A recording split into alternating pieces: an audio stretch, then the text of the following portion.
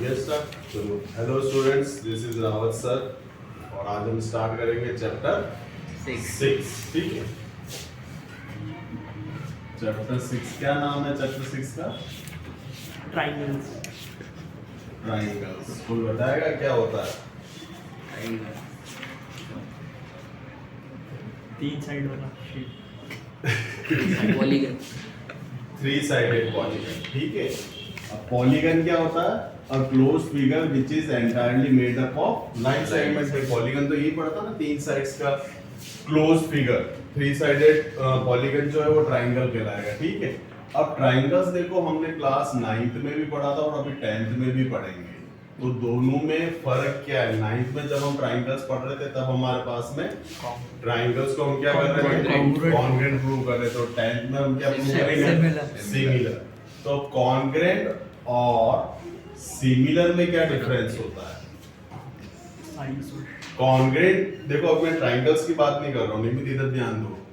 Congruent का मतलब है ऐसे फिगर्स जिनकी शेप और साइज दोनों सेम है ना। शेप भी एक जैसा होना चाहिए और साइज भी एक्यूरेट होनी चाहिए। मतलब वो फिगर्स आपस में क्या करेंगे? एक दूसरे को ओवरलैप कर देंगे। मगर सिमिलर वाले केस में सिर्फ शेप एक जैसा होना चाहिए। आया समझ में? आया? तो अब जैसे मैं बोलता हूं कि क्लास ड्रॉ सर्कल, तो तुम सब क्या बनाओगे? हर्षवर्धन, गौरव, ईशान।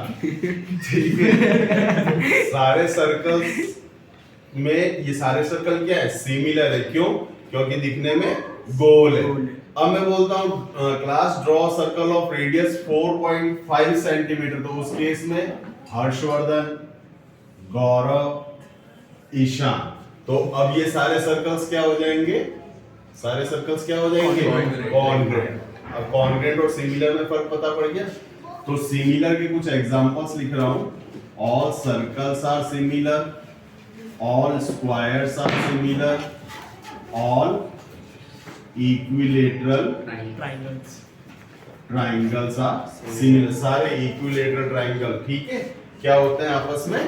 सिमिलर। बढ़े आगे बढ़े। चलो अब देखो,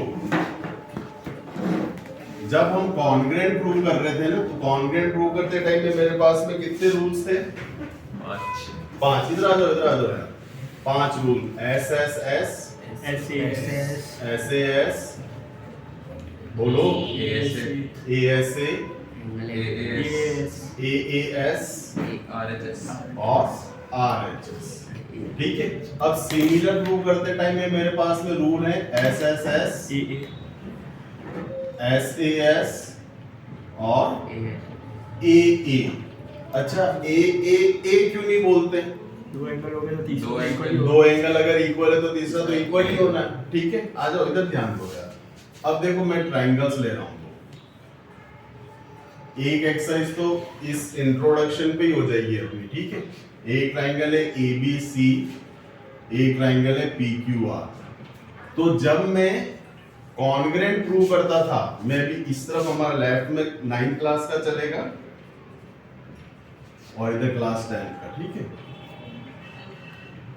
तो 9th क्लास में जब मैं इनको कॉन्ग्रुएंट प्रूव करता था तो मैं क्या लेके आता था? साइड्स को इक्वल। मतलब मैं A B is equals to P Q, B C is equals to Q R और A C is equals to P R, ये लेके आता था। अब अगर मुझे ट्राइंगल्स को एस एस एस रूल से सिमिलर लेके आना तो क्या करना पड़ेगा? साइड्स इक्वल ना लाके क्या करना पड़ेगा? प्रोपोर्शनल। प्रोपोर्शनल का मतलब क्या होता है? A B upon P Q, B C upon Q R और A C upon P R. ठीक है, ये एस एस एस रूल हो गया। अब सेकंड क्या है? S A S. इधर भी है एस ए एस। अब मैं जब कॉन्ग्रुएंट प्रूव करता था और एस ए एस रूल लगाता था तो क्या करता था? अगर मान लो मैंने ये साइड ये वाली ली, कौन कौन सी? A B P Q, sides तो इक्वल ही लाता था। A C P R. तो अब यहां पर जब मैं सिमिलर प्रूव करूंगा तो मुझे A B upon P Q equals to AC upon PR, sides को प्रोपोर्शनल लाना पड़ेगा। और यहाँ पर क्या करते थे, एक एंगल इंक्लूडिंग एंगल, ठीक है। AB और AC में इंक्लूडिंग एंगल कौन सा है, एंगल A। तो angle A equals to P angle P, और यहाँ पर क्या हो जाएगा, same angle A equals to angle P। तो अब मैंने एक चीज सीखी कि यार SAS रूल में जब मैं सिमिलर प्रूव करूंगा ट्रायंगल्स, तो साइड्स को तो मुझे प्रोपोर्शनल लाना है मगर एंगल्स को इक्वल लाना है। एंगल्स प्रोपोर्शनल मत कर देना। आगे बात आ गई समझ में। अब मेरे पास में थर्ड है AA, तो AA में क्या करना पड़ेगा, दो एंगल्स को इक्वल लाना है बस। तो ट्रायंगल्स में क्या लिख सकता हूं, सिमिलर बाय यूजिंग AA। आया समझ में आया। अब देखो फर्स्ट एक्सरसाइज वैसे ओरली हो जाएगी, निकालो अपनी अपनी बुक्स में, मैं नाम लूंगा, आंसर करना भाई। एक्सरसाइज 6.1 क्वेश्चन नंबर 1 रीड करो।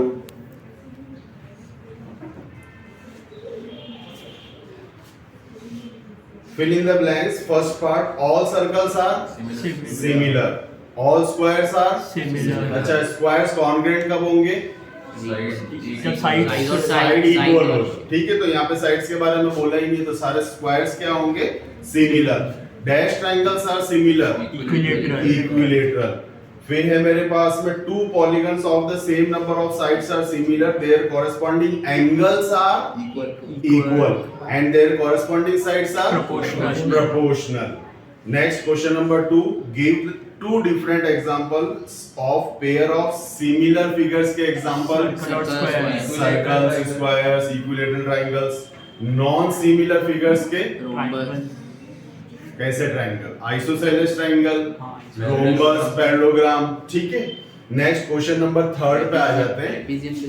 हाँ जी, क्वेश्चन नंबर 3 में वो क्या बोल रहा है, ये दिए हुए जो फिगर्स हैं क्या ये सिमिलर हैं। सिमिलर का मतलब हिंदी में होता है समरूप, समान रूप। इनका रूप समान है, नहीं है, तो ये क्या होंगे, सिमिलर नहीं होंगे। ठीक है, बढ़े आगे बढ़े। नेक्स्ट आ जाओ एक्सरसाइज 6.2।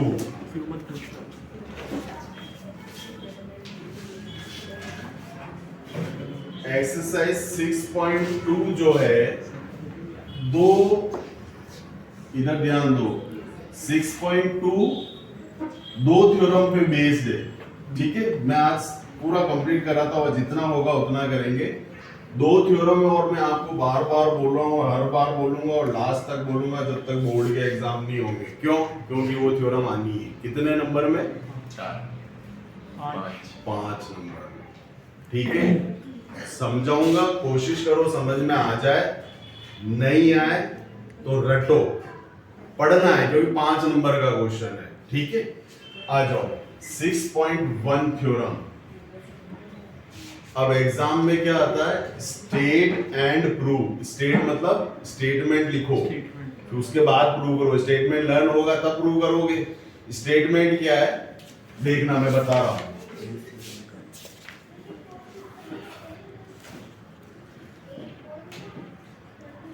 एक ट्राइंगल है, स्टेटमेंट देखना, if a line is drawn parallel to one side of a triangle.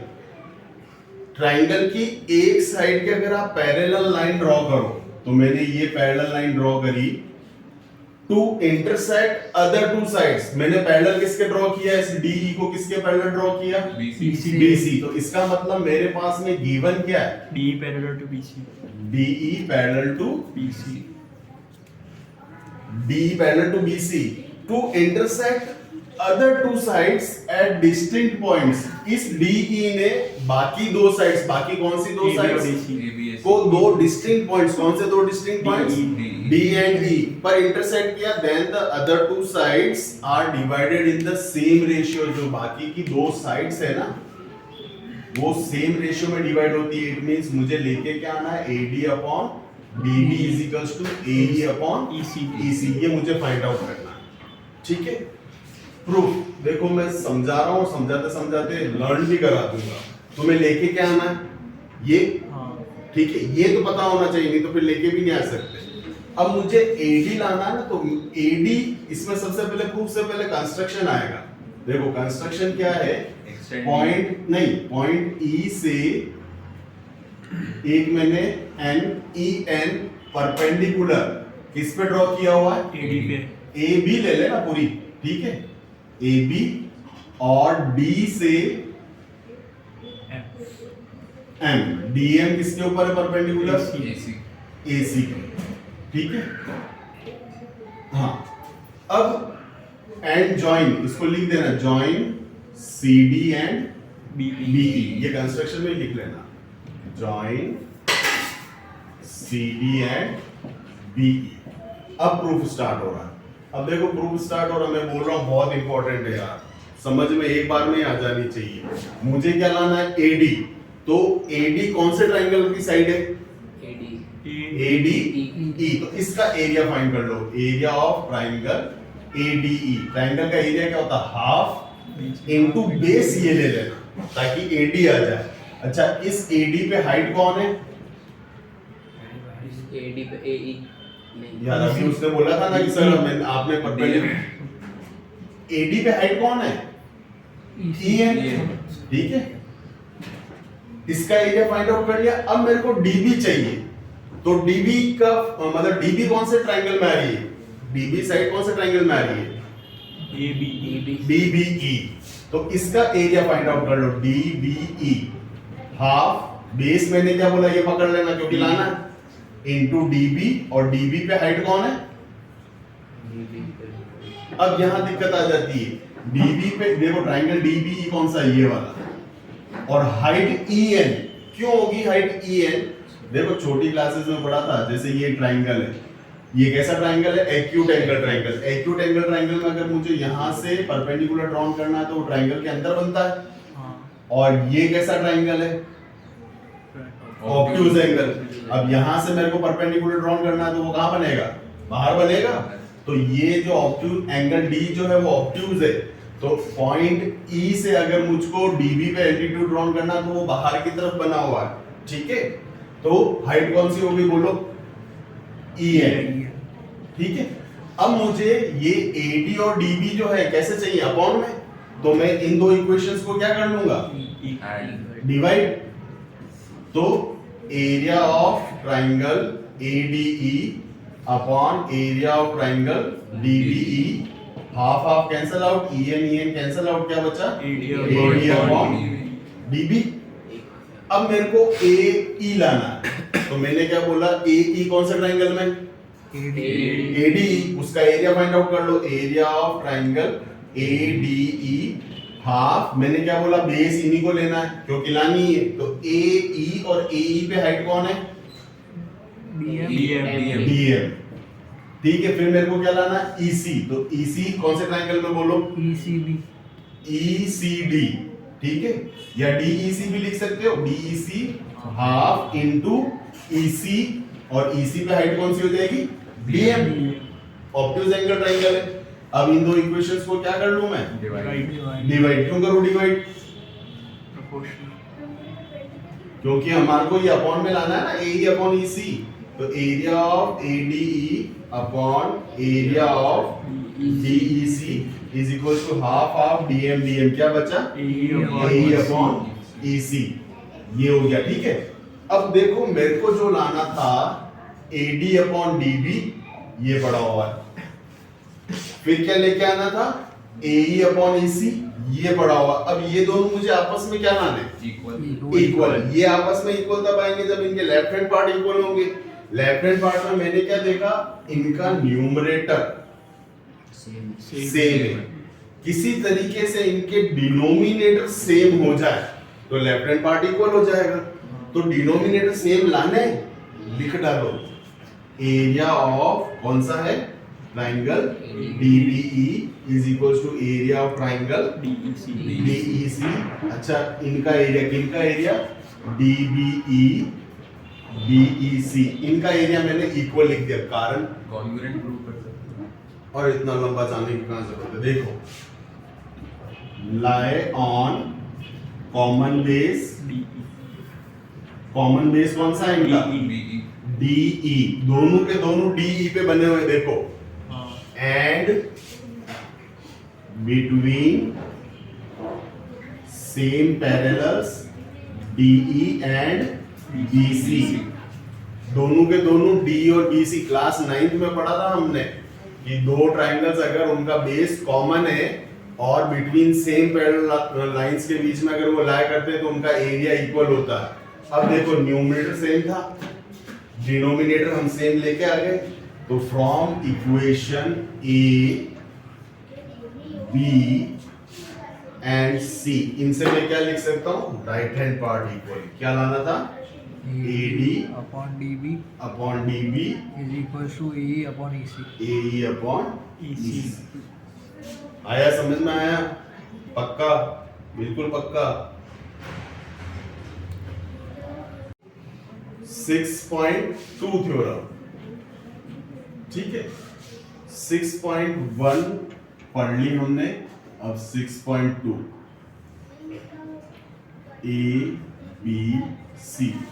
6.1 theorem में क्या था कि अगर किसी ट्राइंगल की एक साइड के पैरेलल लाइन ड्रॉ करो तो वो दो अदर टू साइड्स को डिस्टिंक्ट पॉइंट पे इंटरसेक्ट करेगी and divided in the same ratio, ये हमने पढ़ा था। 6.2 में क्या कह रहा है वो कि अगर ये रेशियो सेम है, तो लाइन पैरेलल होगी, मतलब गिवन क्या है इस बार मेरे पास, AD upon DB। AD upon DB is equals to AE upon BC। अगर ये है तो आप ये सिद्ध कीजिए, क्या सिद्ध कीजिए, DE parallel to BC। Parallel to BC, ये हमें लाना। कंस्ट्रक्शन पहले भी किया था, अभी भी करेंगे। इस बार कंस्ट्रक्शन ये करेंगे कि अगर DE BC के पैरेलल है क्या, प्रूव करना। इसका मतलब नहीं है तो हम खींच लेते हैं, D से एक मैंने parallel line DE dash parallel to DE BC। ठीक है, DE डैश BC के पैरेलल खींची और जैसे ही पैरेलल है तो 6.1 में हमने क्या पढ़ा था, अगर देखो अब इसको थोड़ी देर भूल जाओ तुम, ये है ही नहीं। अगर DE डैश BC के पैरेलल, इस पॉइंट को भी हटा दो, ये लाइन पैरेलल है, तो 6.1 में क्या पढ़ा था हमने, therefore AD upon DB is equals to AE dash upon E dash C। क्यों?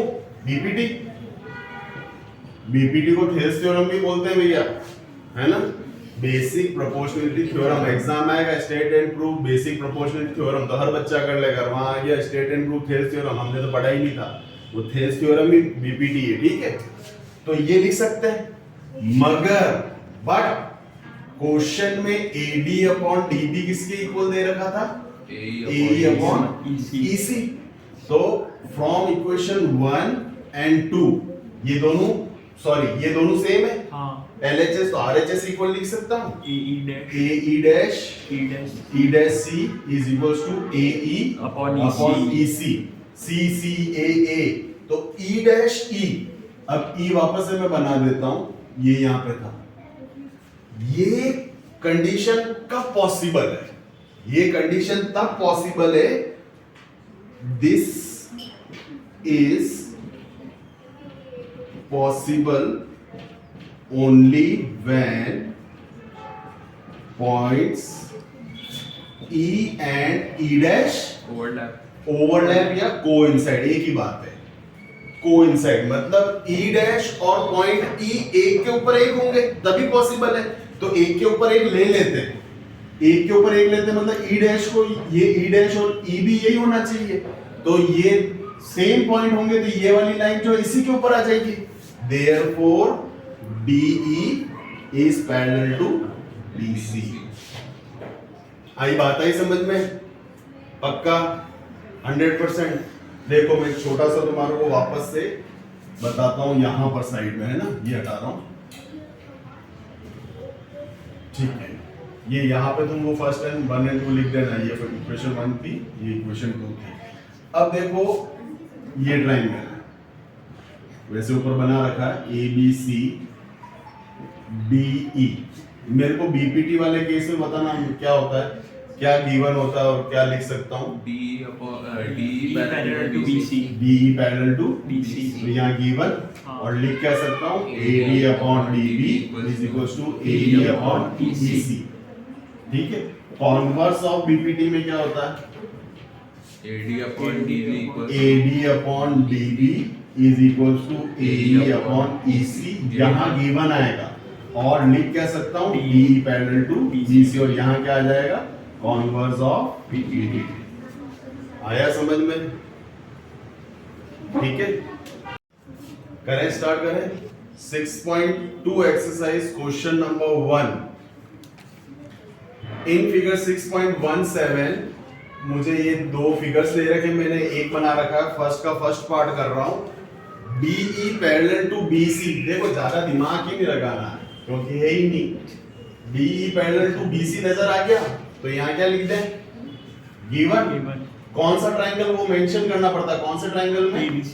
ABC, ये जरूर लिखना है ना यार, कौन से ट्रायंगल में पैरेलल है। अगर पैरेलल है तो हर्षवर्धन क्या लिख सकते हैं हम? Harshvardhan, yes sir. अगर ये लाइंस पैरेलल है तो 6.1 में क्या पढ़ा था हमने? हाँ, AD upon DB AD upon DB is equal to AE upon DC. क्यों लिख सकते हैं? BPT. By using BPT।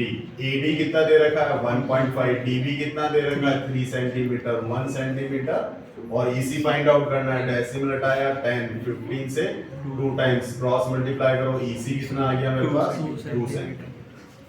ठीक है, सेकंड पार्ट सेम इसी तरीके से कर लोगे। उसमें ये शायद तुम्हारे को ये नहीं दे रखा है, AD नहीं दे रखा है। ठीक है, नेक्स्ट क्वेश्चन नंबर सेकंड देखिए। सर आपने एक ही ट्रायंगल का ले लिया। कौन सा? हाँ, इसके दो पार्ट करो। नहीं, ऊपर वाले में एक ही ट्रायंगल का ले लिया आपने। कैसे? 1 upon EC सेम ट्रायंगल का है वो। हाँ, तो एक ही ट्रायंगल का तो BPT में तो यही पढ़ा था ना हमने। नहीं, AD upon DB तो दूसरे ट्रायंगल का नहीं होगा। दो अलग कैसे? मैं समझा नहीं। दो अलग अलग क्वेश्चन अलग है। वो अलग है, वो सिमिलर जब हम प्रूव करेंगे ना तब था उसमें, वो देखेंगे हम जब आगे नेक्स्ट एक्सरसाइज पाएंगे तब मैं समझाऊंगा। ठीक है, चलो नेक्स्ट आ जाओ। क्वेश्चन सेकंड के अंदर हमारे को क्या दे रखा है? जल्दी जल्दी क्वेश्चन नंबर सेकंड में E और F मेरे को पॉइंट्स दे रखे हैं और PE कितना दे रखा है? 3.9। EQ कितना दे रखा है? 3। PF कितना दे रखा है? 3.6। FR कितना दे रखा है? 2.4। अब वो बोला check whether EF is parallel to QR। EF QR के पैरेलल है कि नहीं, पैरेलल है कि नहीं, उसके लिए मुझे क्या फाइंड आउट करना पड़ेगा? रेशियो इक्वल आता है कि नहीं आता है। तो सबसे पहले मैं PE अपॉन EQ निकाल रहा हूँ। 3.9/3 डेसिमल कितना हो जाएगा? 3 से 13/10। फिर क्या निकालना पड़ेगा मुझे? PF upon FR। तो भाई पॉइंट के बाद दोनों में सिंगल डिजिट से तो पॉइंट उतारो ही मत। 36/24 किससे जा रहा है ये? 3/2 किससे काटा है? 12 3 12 2 और तो कैंसिल आउट होगा नहीं। क्या PE अपॉन EQ इक्वल आया PF अपॉन FR के? हाँ, नहीं आया इक्वल। तो क्या EF QR के पैरेलल होगी? नो। तो बस सिंपली लिख दो नो, और पूरा लिखना तो लिख देना no, EF is not parallel to QR। अब मैं थर्ड पार्ट ले रहा हूं। थर्ड पार्ट में देखो क्या दे रखा है मेरे को, बोलो, बोलते जाओ। P4 थर्ड पार्ट में PQ 1.28 PQ 1.28 PR 2.56 2.56 0.18 0.18 ये दे रखा है और ये कितना? 0.36 0.36। अब मुझे ये और ये पैरेलल है कि नहीं है? गौरव मेरे देख यहाँ दिमाग लगा, बार बार बंद चालू यार तुम। क्या है हमारे पास में? अब क्या फाइंड आउट करूं? पैरेलल है कि नहीं? तो क्या फाइंड आउट कर रहे थे हम? PE upon EQ। अब PE अपॉन EQ के बजाय मैं PE अपॉन PQ भी ले सकता हूं। ठीक है, तो इसका थर्ड पार्ट है ये मेरे पास फर्स्ट पार्ट था। तो PE अपॉन PQ कितना है पॉइंट के बाद यहाँ पे भी 2 है, यहाँ पे भी 2 है, तो पॉइंट उतारो ही मत। 18 अपॉन 128 किससे कैंसिल आउट हो रहे हैं ये? 2 9 जा 264 जा। फिर मेरे पास में मैं क्या फाइंड आउट करूं बताओ? पीएफ अपॉन पीआर कितना हो जाएगा? 36 अपॉन 256। तो 18/128 या फिर डायरेक्ट 4 से ले लो, 4 9 जा 464 जा। तो क्या मेरे पास इस बार PE upon PQ equal to PF upon PR आया है? हाँ। आया है, तो मैं क्या लिख सकता हूँ? Yes EF is parallel to QR. Is it clear? आ रहा है, समझ में आ रहा है? पक्का? नेक्स्ट क्वेश्चन देखिए, तसल्ली से पढ़ो नेक्स्ट क्वेश्चन, और उसका फिगर ऊपर दे रखा है हमें।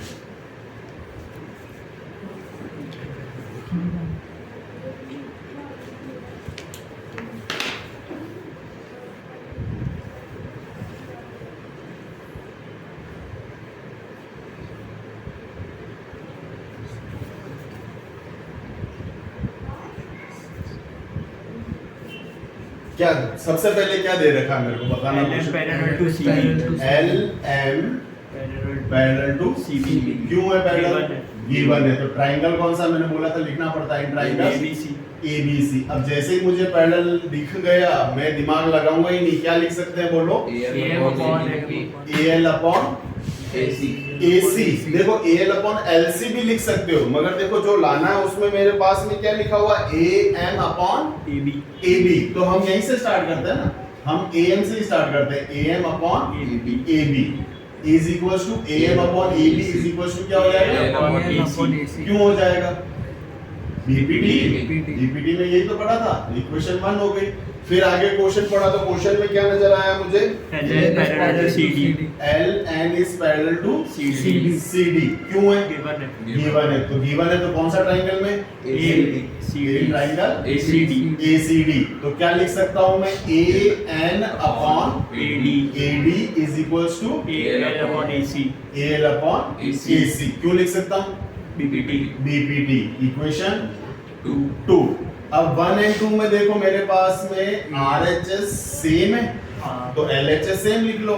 AM upon AB is equals to AN upon AD। क्यों लिख सकते हैं? 1 और 2 1 और 2 हर एक के आगे कारण लिखना। आई बात आई समझ में? पक्का? ठीक है। नेक्स्ट, चलो नेक्स्ट क्वेश्चन नंबर 4। ये थोड़ा सा कंफ्यूज करता है क्योंकि लाइनें इतनी सारी, कौन किसके पैरेलल है पता ही नहीं लग रहा। क्वेश्चन में देखो सबसे पहले क्या दे रखा उसने, वो देखो DE parallel to AC DE parallel to AC क्यों है? गिवन है। अब देखो मैं कुछ लाइंस रब करूंगा, ये यहाँ पे D, ठीक है? DE पैरेलल टू AC, तो ये हटा दो, यूं ही कंफ्यूज होंगे। ठीक है, अब कौन से ट्रायंगल में? ABC in triangle ABC। ठीक है, अब अगर ये पैरेलल है तो क्या लिख सकता हूँ? AD अपॉन इस पॉइंट से आओ ना, BD upon DA BD upon DA is equals to BE upon BC BE। ये पॉइंट तो है ही नहीं ना अभी हमारे BE पास, upon BE EC upon EC। क्यों लिख सकता हूँ? BPT BPT से। ठीक है, नेक्स्ट यहाँ आके छोड़ दिया। अब मेरे पास में गिवन क्या है देखो, क्वेश्चन पढ़ोगे पता लग जाएगा। DF parallel to AE DF parallel to AE AE क्यों है? गिवन है। गिवन है, तो अब DF पैरेलल टू AE, तो बाकी लाइनें हटा दो। ये वाली पैरेलल अब हमारे काम ही नहीं आ रही, ये भी आगे से हटा दो। तो अब कौन सा triangle? ABE in triangle ABE। Very good Gaurav, अब तू ही बोल क्या लिख सकते हैं? BD upon DA BD upon DA। BF upon FE अरे वाह, मेरा तो लाज रख ली। BF upon FE। FE क्यों लिख सकते हैं? BPT। ठीक है, तो ये इक्वेशन हमारे पास में, ये इक्वेशन कौन सी हो गई? 1। ये इक्वेशन कौन सी हो गई? सेकंड। दोनों के क्या है इस बार मेरे पास में? LHS इक्वल है, तो क्या लिख सकता हूं मैं? DE upon EC EC is equals to BF upon FE BF upon FE। अब थोड़ा क्वेश्चन में देखो यही लाना था क्या? यही लाना था। कैसे आया ये 1 and 2 1 and 2 आया, समझ में आया। ये फिगर मैं वापस बना लेता हूं जब तक तुम नेक्स्ट क्वेश्चन पढ़ लो।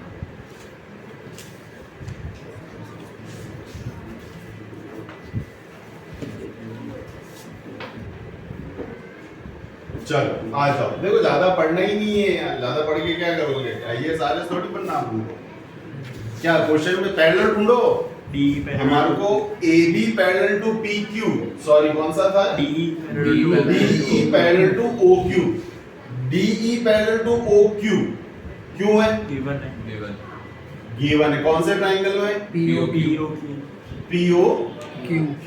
इस वाले ट्राइंगल में हमें लाइनें तो नहीं ड्रॉ कर सकता, ये वाला ट्राइंगल है ना POQ। अगर ये इसके पैरेलल है तो क्या लिख सकता हूं मैं? PO अपॉन नहीं, ट्राइंगल ये लिया है, ये वाला POQ PD upon DO PD और अपॉन ये वाली पैरेलल है PD upon DO PD upon DO is equal to PE upon EQ EQ। क्यों लिख सकता हूं? BPT BPT equation One. 1। ठीक है, आगे ढूंढो क्या मिल रहा है? DF parallel to ये वाली DF पैरेलल टू OR क्यों है? given है कौन से ट्राइंगल में? POR in triangle POR। अच्छा ये तो क्या लिख सकता हूँ अगर पैरेलल है तो? PD upon DO PD upon DO is equal to PF upon FR PF upon FR।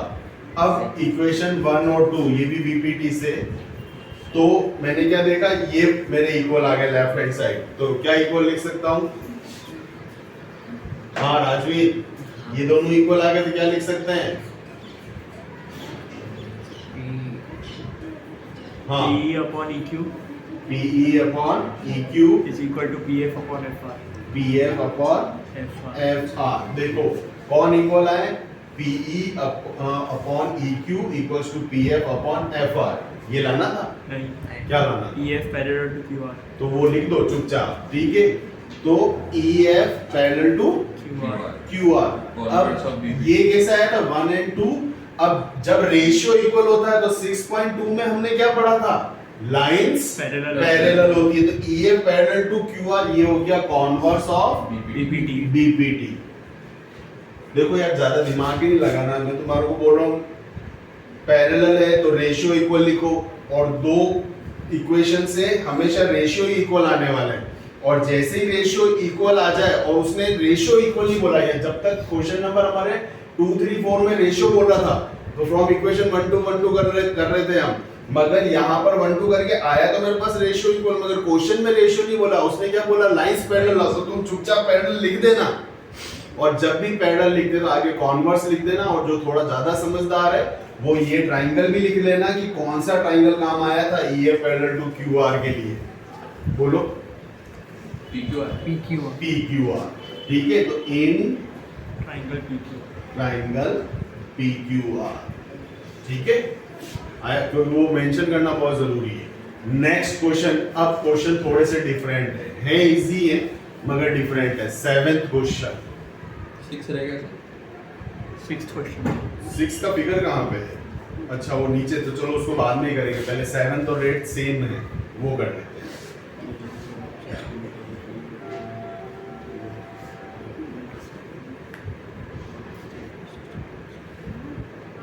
Sixth में वो क्या बोल रहा है? यूजिंग थ्योरम 6.1, मतलब मेरे को बीपीटी कहीं ना कहीं यूज करनी है। उसने गिवन में क्या बोला? Prove that a line drawn through the mid point of one side of a triangle parallel to another side bisects the third side।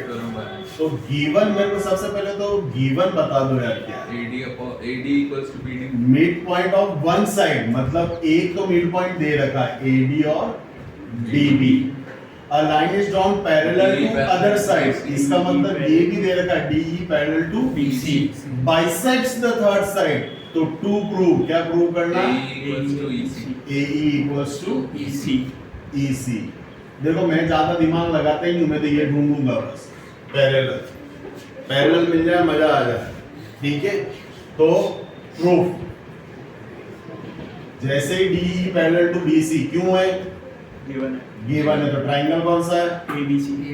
ABC। अगर ये पैरेलल है तो क्या लिख सकता हूँ? AD upon DB DB is equals to AE upon EC EC। अब क्यों लिख सकता हूँ? BPT BPT से। AD और DB बराबर थे, One. तो न्यूमरेटर और डिनोमिनेटर में बराबर है, तो कट गए तो क्या आएगा 0 One. 1। ठीक है, तो यहाँ 1 है तो ये तो जाके मल्टीप्लाई हो गया, तो क्या हो गया AE upon AE is equals to EC। खत्म। नेक्स्ट पढ़ो।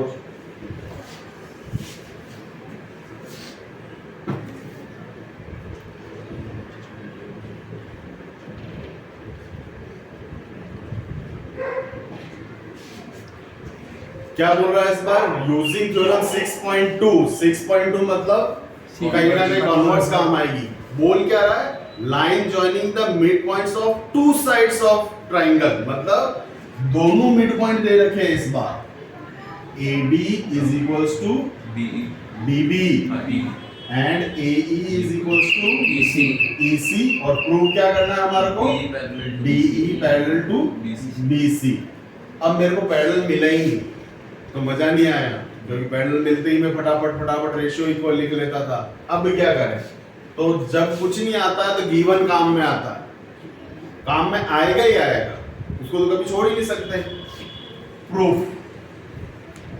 क्या दे रखा था? AD DB के बराबर है, क्यों है?